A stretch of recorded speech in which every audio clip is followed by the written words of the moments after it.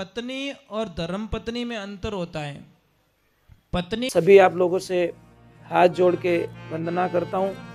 हमारा जो चैनल है श्री सोनू महाराज, वो चैनल जरूर सब्सक्राइब करें और इन वीडियो को शेयर करते रहिए। हम बात करते हैं, परंतु आज की बात कीजिए। कल मत जियो, पल जियो, आज जियो, एवरीडे जियो। आज बिगाड़ के हम कल सुधारना चाहे तो ये संभव नहीं है। इसलिए इस जीवन को जीने की कला सीख जाए। जीवन को जीने का एक हर दिन हमें जीवन जीना है। आज थोड़ा प्रसंग थोड़ा लंबा है। आज मेरे प्रभु का आवागमन भी है और प्रसंग भी थोड़ा बीच में ज़्यादा चलेगा, क्योंकि सब प्रसंगों को हम सुना तो नहीं सकते, पर उनको छू के जरूर निकलेंगे, उनका आदर करके निकल जाएंगे, उनको प्रणाम करके निकल जाएंगे आगे। तो कल कथा कहाँ विश्राम हुई थी?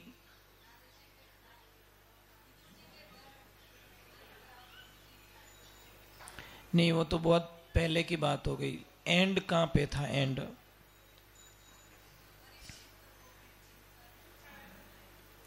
जी, ये मैत्रेय मुनि और विदुर जी का संवाद है गंगा किनारे का।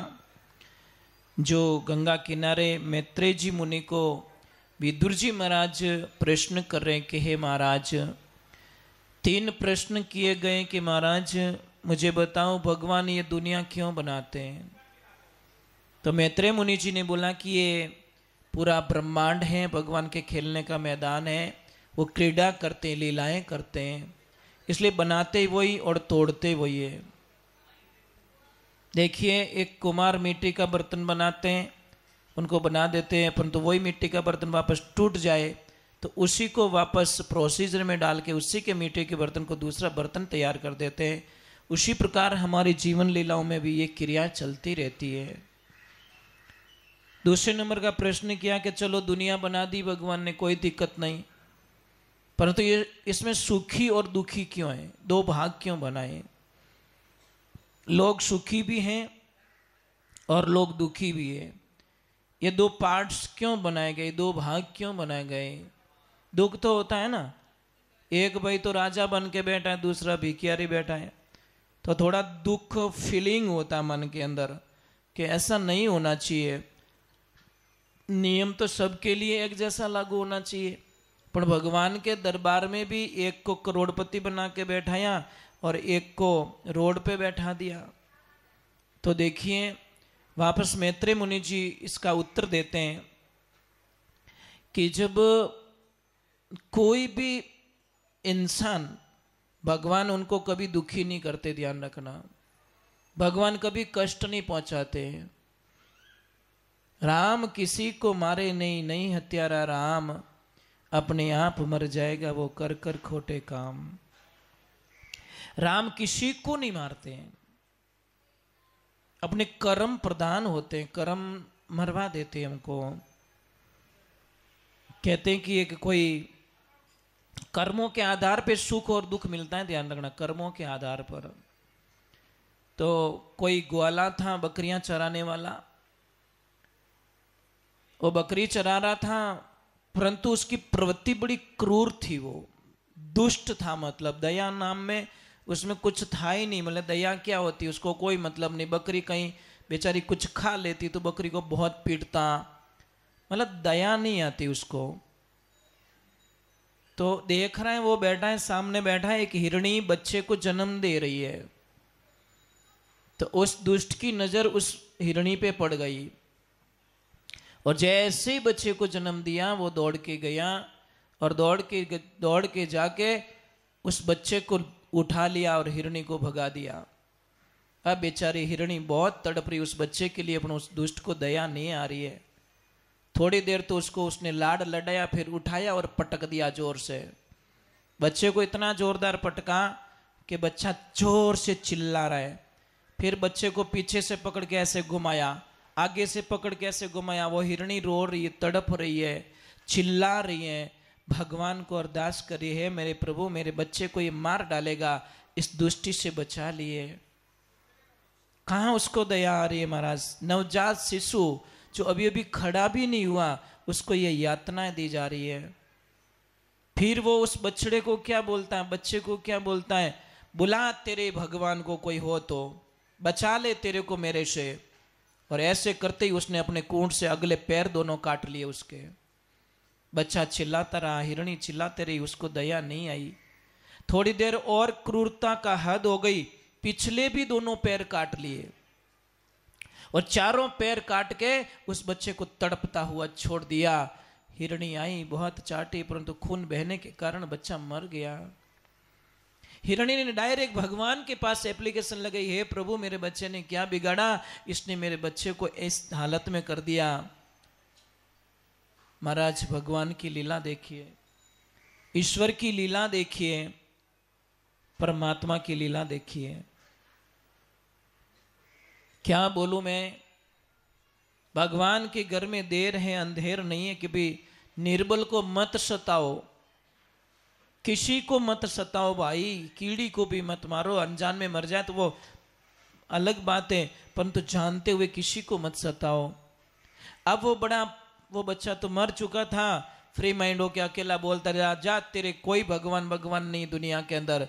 परंतु 1 किलोमीटर गांव से दूर रहा और उसके दोनों घुटनों में दर्द पैदा हुआ। अब इतना जोरदार दर्द हो रहा है कि वो यहां से यहां नहीं चल पा रहा है। थोड़ा सा आगे गया, वो नीचे बैठ गया तो बैठ गया, अभी खड़ा नहीं हो पा रहा है। घर वाले आए, उसको उठाया और डायरेक्ट उसको हॉस्पिटल लेके गए। और हॉस्पिटल ले जाने के बाद में डॉक्टर ने ये घोषणा कर दी कि इसके दोनों पैर काटने पड़ेंगे, भयंकर इसको ब्लड कैंसर हो चुका है और कोई चांस नहीं कि इसके पैर नहीं काटे तो बच पाएगा। घर वालों ने बोला काट दीजिए, फिर क्या करे, मरता क्या करता, बेहोश कर दिया, दोनों पैर काट दिए उसके। सुबह का टाइम हुआ, जब उसको होश में आया तो उसने देखा कि दोनों पैर नहीं है। डॉक्टरों ने बोला भैया क्षमा करना, तेरे पैरों को हम नहीं बचा पाए। उसकी आंखों में आंसू आ गए, वाह भगवान वाह, तूने तो बिल को पेंडिंग रखा ही नहीं, तूने तो हैंड टू हैंड बदला ले रिया रे। पर कृष्णा, मैंने वहां पे कूंट से पैर काट दिए, इधर तूने डॉक्टर से मेरे पैर कटवा दिए, पर इतनी मेरे पे तूने दया की कि मेरे हाथों को बचा लिया। तो भी आधा बिल बाकी है, अभी मेरे हाथ कटने भी बाकी है। मैं तो भगवान को कहता हूं पेंडिंग मत रख, इन हाथों को भी कटवा ले ताकि मेरा प्रायश्चित पूरा हो सके। आइए, अब मैं एक्सेप्ट कर रहा हूं मेरी गलती को। अब महाराज देखो, कोई गलती एक्सेप्ट कर लेता ना, उसके पाप खत्म हो जाते हैं। प्रायश्चित यही है कि आप गलती स्वीकार करो, नहीं मैंने गलती नहीं की, गलती नहीं की, गलती नहीं की। इसी दिक्कत में हम लोग फंसते रहते हैं। अब महाराज उसको छुट्टी देगी और अणकमू आदमी कितो दिन प्यारो लागे, चाहे लेडीज हो चाहे जेंट्स हो, कितना दिन बाला लगो। आप 15 दिन थो बुकार हुआण दो, घर में थो भारी लागो, सबने बोझ लागो। 15 दिन आप सो के देख लो कि मारे तो दिखे ही नहीं, मने तो अंधाड़ी आवे। देखो लोगों की बोली बदल जाएगी साहब, भाषाएं बदल जाएगी, उनका रहन सहन का तरीका। खाना मांगोगे तो क्या बोलेंगे, अरे लावो हो, मरो हो कोई। नेत्र कहेंगे अरे जिम लो सा, जिम लो, दुकान जानो तो जिमो। ये भाषाएं बदल जाएगी। और संसार मतलब रो जाने बिना कारज नहीं बोले, अंत समय सब दूरा जावे रहवे, माया रे ओले मनवा तो सब बिना सतगुरु कहीं डोले, सतगुरु बिना संगी दी थारो अंत समय के माये। भगवान की लीला देखिए। अब उसको थोड़े दिन घर में रखा, फिर लोगों का सब ढंग भाव देख लिया कि ये मेरी सेवा नहीं कर पाएंगे, मैं कमा नहीं पाऊंगा। तो उस आदमी ने बोला कि मुझे हरिद्वार की ट्रेन में बैठा दो, बस इतनी मेहरबानी कर दो, मुझे ट्रेन के डब्बे में बैठा दो, हरिद्वार वाली गाड़ी पकड़ा दो, आगे का मैं देख लूंगा, मेरे साथ में चलने की कोई जरूरत नहीं है। और फिर वो हरिद्वार चला जाता है। और वो आदमी अभी जिंदा है, जिस आदमी की बात कर रहे हैं वो आदमी अभी जिंदा है, शायद अभी है कि नहीं, हमने 7-8 वर्षों पहले की तो बात थी कि वो आदमी जिंदा था, हमने देखा उसको। और उसी से ये कहानी पूरी सुनी कि भाई मैंने गुरुजी, वो एक गाना गा रहा था ना, इसलिए थोड़ा 2 मिनट के लिए उसके पास थोड़ा रुक गए थे कि भाई ये इतना अच्छा कैसे गा रहा है तू, और क्या दर्द है, वो दर्द के मारे गा रहा था। क्योंकि एक तो होठों का देखिए, प्रेम का जो आंसू होगा ना, प्रेम का, तो आप आंसू डाल देना, अपने किसी के सामने रखना, आंसू यहाँ पे डालना। अगर प्रेम से कोई रो रहा है ना तो ठंडा आंसू निकलेगा उसका, और कोई दुख से रो रहा है, मां कसम गर्म आंसू पड़ेगा। गर्म आंसू पड़ जाए तो समझ लेना ये बहुत दुखी आत्मा है, और ठंडा आंसू हो तो समझ लेना ये प्रेम से किसके लिए रो रहा है। ये आंसू बता देते हैं गर्म और ठंडा, तो वो गाना भी बता देता है। तो देखिए,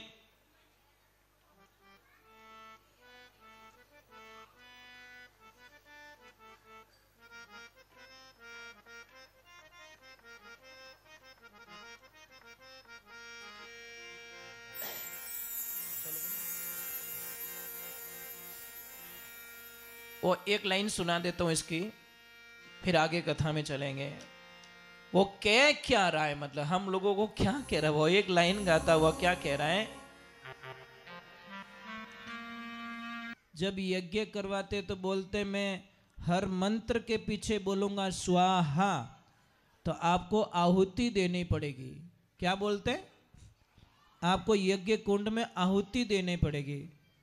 आप लोग बोले महाराज मने तो नींद आवे, थोड़ी आहुति दे दो पेड़े पेड़े, और लास्ट में बिल बता दीजो। ऐसे थोड़ी होता है क्या। तो हर भजन में आपको परेशान करूंगा मैं। करो ऊपर हाथ करो। अरे मत बांधो इणे रो, करे मारो काम करारो रे मत।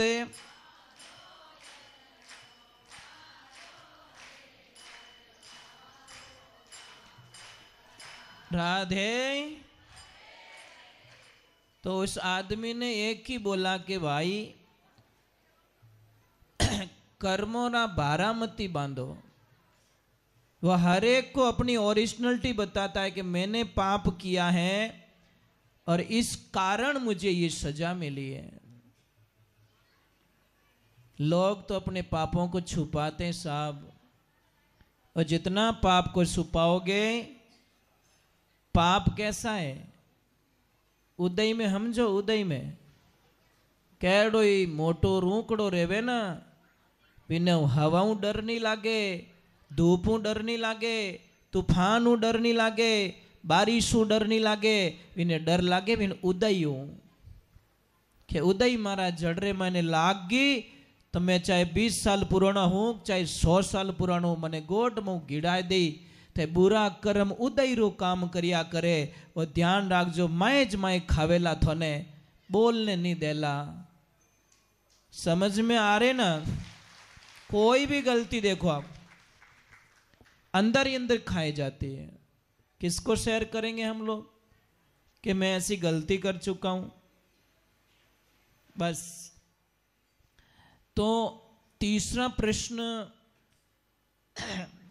विदुर जी महाराज ने मैत्रेय ऋषि से किया कि भगवान इस धरती पे अवतार क्यों लेते हैं।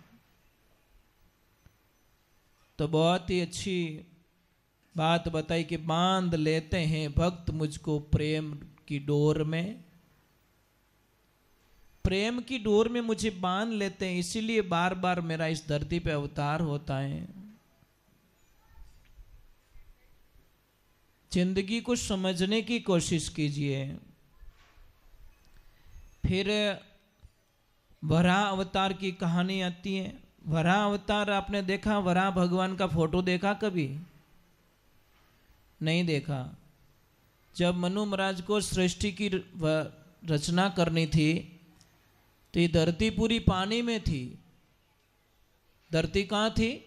समुद्र में थी। तो भगवान ने बाहर निकाल के मनु महाराज को दी कि मैं कहाँ दुनिया बसाऊं, कहाँ रचना करूं, कहाँ शुरुआत करूं। तो उन्होंने वराह अवतार लिया। वराह अवतार का फोटो देखा कभी? शुकर का फोटो है, शुकर का। भगवान का मुंह शुकर जैसा है। उन्होंने अपनी पूरी ताकत लगा के धरती को समुद्र से बाहर निकाल के उनको दिया। हाँ ऐसे, हाँ ऐसे है। तो वो भी भगवान ने वो रूप बना के धरती को बाहर निकाला समुद्र से और मनु महाराज को दिया। मनु महाराज के 2 पुत्र थे, उत्तानपाद और प्रियव्रत,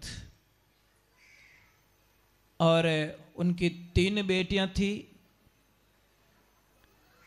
आहुति, देहुति और प्रसूति। भगवान ब्रह्मा जी के मन से कर्दम ऋषि का प्रकट हुआ। कर्दम ऋषि को बोला गया कि तुम शादी करो, संसार बसाओ, पर वो बोले मुझे शादी नहीं करनी है। ब्रह्मा जी ने बोला कि बेटा सृष्टि के जो नियम है उनमें पालन करना ही पड़ेगा, आप शादी कीजिए। भगवान नारायण की तपस्या करते हैं। नारायण ने बोला क्या चाहिए? कि मुझे कुछ नहीं, एक सुशील पत्नी दे दो बस, जो मेरी भक्ति को समझ पाए और मुझे जो प्लानिंग है आगे के लिए मेरा साथ दे सके। तो महाराज भगवान ने बोला आज के 3 दिन बाद में शत्रुपाद जी और मनु दोनों अपनी बीच वाली बेटी देहुति को लेकर आपके पास में आ रहे हैं, आप मना मत करना, शादी कर देना उससे। जब वो जाते हैं, बातचीत होती हैं, तो उन्होंने हाँ बोल दिया,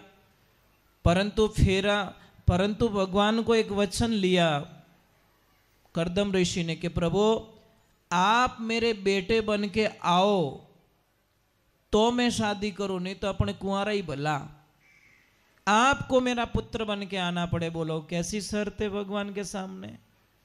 तो भगवान ने इजीली बोल दिया कोई बात नहीं, तुम्हारी इच्छा है मैं बेटा बन के आता हूं, बस दूसरा क्या करे। इसीलिए तो कहते हैं भगत वत्सल भगवान, पर वो बुलाने वाला चाहिए।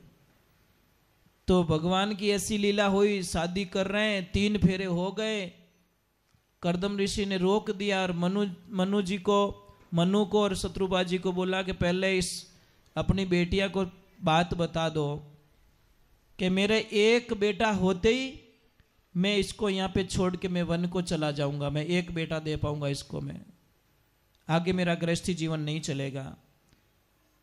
तो वो लड़की बोली नहीं, नीचे देख के खड़ी हो गई। मतलब पहले ऐसे संदेश ऐसा था, बोल के जब आप लड़कियां नहीं देती थी, माँ बाप कहीं कियो कि रिश्तो थे मंजूर एक नहीं बार नीचे देख लियो तो समझ लेनो के मतलब कोई इन्हें कोई प्रॉब्लम नहीं है। तो वो एग्री थी कि मुझे कोई दिक्कत नहीं है। परंतु भगवान की लीला देखो, ईश्वर की लीला देखो, शादी हो गई। शादी होने के बाद में वो तो अपने ठिकाने चले गए, पुत्री वहीं छोड़ दी। अब लक्ष्मी जी को बोला कि जाओ अपना घर संभालो। अब देखो घर कैसा मिल रहा है, जैसे गए झोंपड़ी में चिड़ियों के आड़ा ही जाड़ा गाली उड़ा। खैर बाप जी ओ कहीं है कि वो मारो परिवार है। नीचे आंगना में देखे तो ऊंदरा इन साइडू आवे बिन साइडू निकले, बिन साइडू घुसे इन साइडू के ओ कहीं सिस्टम कोई अपनो स्टाफ ही जे। अन आप कटे रहो कि मारे तो 2.5 फुट रो बस वो आसन है, बस वही मारो ठिकानो है, ये हमारा पूरा परिवार है। अब इसको देखो, आप देखो, मैं थोड़ा माला में बैठ जाता हूँ। अब कर्दम ऋषि ध्यान में बैठ जाते हैं और ध्यान में बैठे तो ऐसे बैठे 40 वर्षों तक उनका पल नहीं खुली। कितना साल? 40 वर्ष हो गए। जब उनकी पल खुली तो सामने एक मैया कोई झाड़ू आड़ू निकाल रही थी। तो पूछा कि मैया आप कौन हो? बोले भूल गए, मुझे भूल गए। अरे मैं आपकी पत्नी हूँ अर्धांगिनी, फेरा खाए नीचा बैठा जो अबे पासा उठी आओ, मन ही बूढ़ी कर दी। तब तक पीर नहीं गई साहब, बहुत बार लेने के लिए आए पर नहीं, बोले मेरे प्रभु की आज्ञा नहीं है, मैं कैसे आ जाऊं, मैं नहीं छोड़ सकती। पतिव्रता नारी अपने पति के वचन के आगे एक कदम नहीं रखती। पतिव्रता नारी का पहला धर्म बनता है। आजकल की नारी क्या करती, भाई जाओ चुपचाप ठंडा नहीं पड़े, ले ये आपकी तपस्या खत्म होती है। अरे पति रे हम ही बोल नहीं कि तो बड़ो अपराध है, ध्यान है। पर मुझे लग रहा है जीतो आदमी भूतों डाकणियों नहीं डरे नहीं कहवे कोनी बाबड़ो, कहवे कोनी वो जीव जने माय लो। भाई ये तो क्यों डरा होते हैं, ये तो क्यों डरे थारो पति देव थारो? नहीं डरना चाहिए भाई। भाई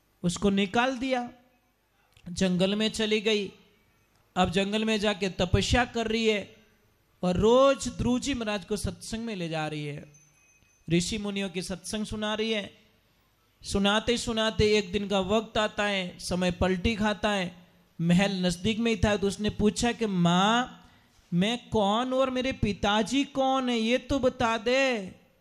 तो माँ ने तो बताया नहीं, पर ऋषियों ने बताया कि तुम बहुत बड़े राजकुमार हो, ये राजधानी तुम्हारी है, तुम उनके पुत्र हो। तो उसने बोला जी पुत्र हूं तो पिताजी से मिल तो सकता हूं ना।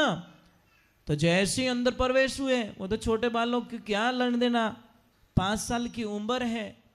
और जैसे ही लेके गए, वो गया, माँ को तो पता ही नहीं था कि ध्रुव वहां महल में चला गया है।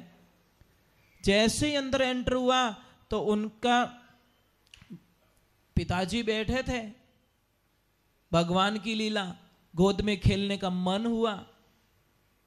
तो सुरुचि वहीं खड़ी थी कि ओए टच नहीं करने का, यहां बैठना है ना तो मेरी कोख से जन्म लेना पड़ेगा, जाओ और अपनी माँ को बोलो।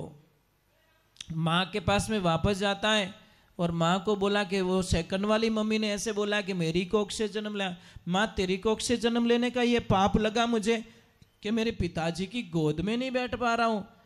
तो सुनीति ने क्या बोला कि बेटा जाओ ऐसा तप करो कि तुम उसकी गोद में बैठो, संसारिक पिता की गोद में मत बैठो, उस परम पिता परमेश्वर की गोद में जाके बैठो, ऐसा तप करो। बच्चे को शब्द लग गया, लागी वे सो जाने गाफल कहीं लाने भाई, ध्रुव प्रहलाद गोपीचंद लागी नरसी मीरा जाई, है ने सुआ ने ध्रुव प्रहलाद गोपीचंद लागी नरसी मीरा जाई। एक शब्द की लागी ध्रुव जी महाराज को राज छोड़ के चले गए।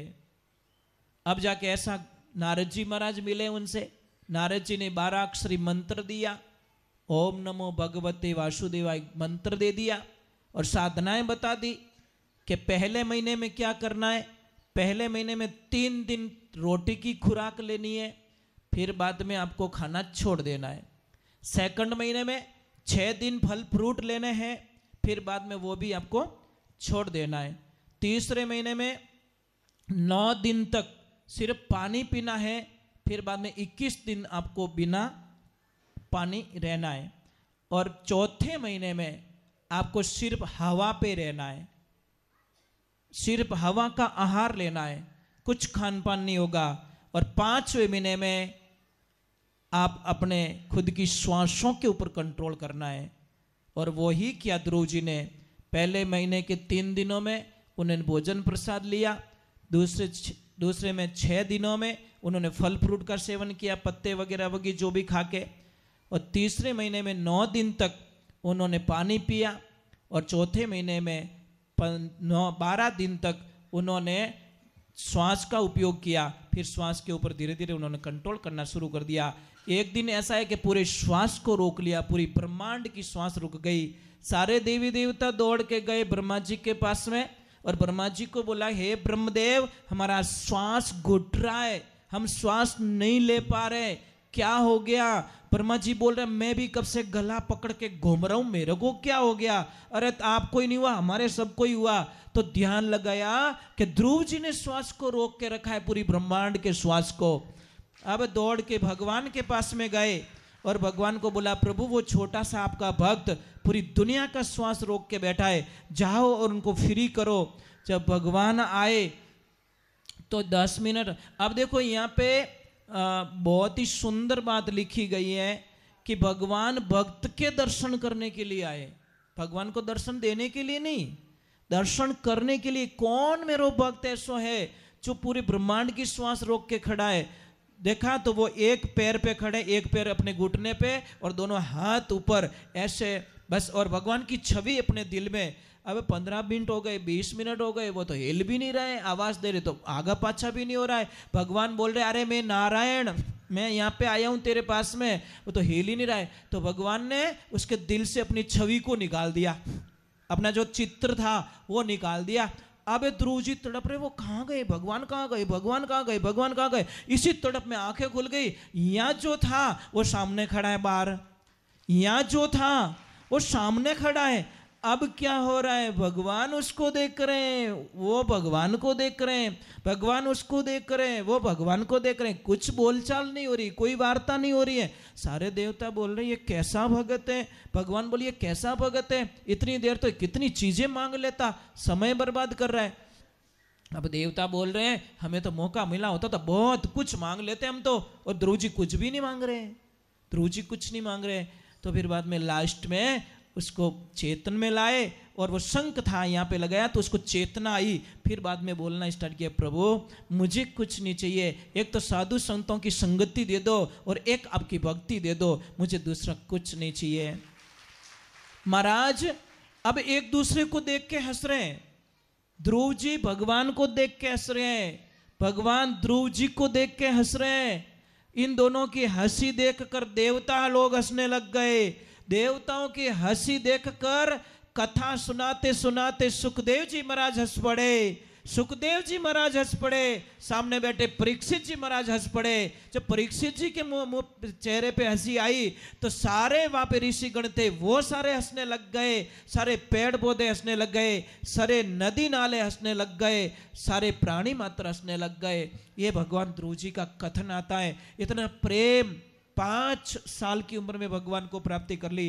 फिर उनको आदेश दिया जाता है जाओ गृहस्थी जीवन बसाओ और फिर वैकुंठ धाम में लौट जाना। फिर उन्होंने गृहस्थी जीवन बचाया। फिर उनकी माँ को वरदान दिया गया, माँ को पूछा गया ऋषियों ने कि तुम्हें क्या चाहिए, इतने साल से तुम सत्संग में आ रही हो, कुछ नहीं मांगा हम लोगों से। कि उन्होंने बोला कि देना है तो मुझे ऐसा वरदान दो कि मेरी जो देरानी है ना उसको कोई बेटा हो जाए, पुत्र हो जाए। बोलो, घर से बाहर निकाल दिया, फिर भी देरानी के लिए ऋषियों को बोला कि इतने साल में सत्संग सुनी हूं, इसका अगर फल मुझे मिले तो ये फल मेरे को ना दे, मेरे देरानी को औलाद नहीं है, उसको बेटा दे दे। तो उसको बेटा हुआ, उत्तम हुआ। जब ध्रुव जी महाराज वापस आए तो उनके स्वागत में सबसे पहले वो उसकी काकी खड़ी थी, जो काकी नफरत करके बाहर निकाल दी। महाराज इससे सीख क्या मिलती है, क्या सीख मिलती है पता है? जो हमसे नफरत करता है ना वो भगवान से मिला देता है, और जो प्रेम से करता है ना वो हमारा विनाश कर देता है। इसलिए प्रेमी तुम्हारा कभी हो नहीं सकता, प्रेमी तुम्हारा कल्याण नहीं कर सकता, करेगा तो तुम्हारा नफरत करने वाला ही। देखो जयसल धाड़वी को उसकी भाभी ने भगवान से मिला दिया। अगर जयसल धाड़वी को उसकी भाभी ने ताने नहीं मारे होते तो भगवान का भक्त कभी नहीं बनता। वीर तेजा जी महाराज को भाभी ने ताना नहीं मारा होता तो वो वहां नहीं जाते, गायों की रक्षा करते हुए अमर नहीं होते। अरे नरसिंह भगत को पढ़िए, नरसिंह भगत को उनकी भाभी ने ताना नहीं मारा ना होता, क्या को दिन कहीं तंदूरो लेन भीरे खाई कहीं, तो वो शायद भगवान नहीं आते हैं। कहीं कहीं तो भाभीयों ने बहुत अच्छा काम किया है, बहुत बढ़िया। ये अपने शास्त्र में लिखा है कि बड़ा भाई और भाभी का कर्जा कभी जिंदगी में उतारा नहीं जाता साहब। बड़ा भाई होता ना और बड़ो भाई रे गेलो, आ तो गेलो ज रे वे जो कोई दे दे नैन क्यों ने वो थारे वो थारे वो थारे, लास्ट में टन टन गोपाल, लास्ट में नैन क्या नकटा क्या थो कई करियो है तो जो थन दियो दूजो कहीं है। अब आपड़ी भाभी घणो ही के थोड़ो घणो राखो टावर यार ठंडा नहीं पड़े वह घणो ही जीव पड़े बिनो पण बिनो कहनो करे कौन। और मोटोड़ी भाभी ने कोई समझ नहीं सके, क्यों कि वो माँ का समान होती, माँ के समान। कौन समझे महाराज इन बातों को, खुद गर्जी लोग नहीं समझेंगे। मैंने एक जगह देखा कोई परिवार है तो उन्होंने बोला गुरुजी हमारे घर में जो भी डिसीजन लेते हैं ना हमारी भाभी माँ लेती है बस, क्योंकि भाभी को माँ के जाने के बाद में भाभी ने हमको बड़ा किया, पढ़ाया लिखाया और ऐसे मोड़ पे रखा, तो हम आज भी भाभी को माँ मानते हैं। कितनी बड़ी बलियारी उनकी। ये विचारधाराएं होनी चाहिए। चलो हम आगे की तरफ चलते हैं कि ध्रुव जी महाराज का कल्याण होता है, ध्रुव जी महाराज को दर्शन दे देते हैं। फिर बाद में भगवान के आगे राम कथा में चले जाते हैं, राम जी का अवतरण होता है, राम जी पधारते हैं। तो थोड़ा भगवान के नारद जी कि भगवान की लीला तो देखिए आप, ईश्वर की लीला। कभी भी एक बात का ध्यान रखें, भगवान को बुलाने वाला चाहिए। यहाँ पे राम कथा का भी बीच में बहुत बड़ा प्रसंग आता है, और फिर नाम की महिमा का विवरण आ जाता है। वापस राम जी का जन्म होता है, नाम की महिमा आती है। नाम से क्या होता है, तो एक छोटा सा मैं कीर्तन कर देता हूँ, फिर नाम की महिमा में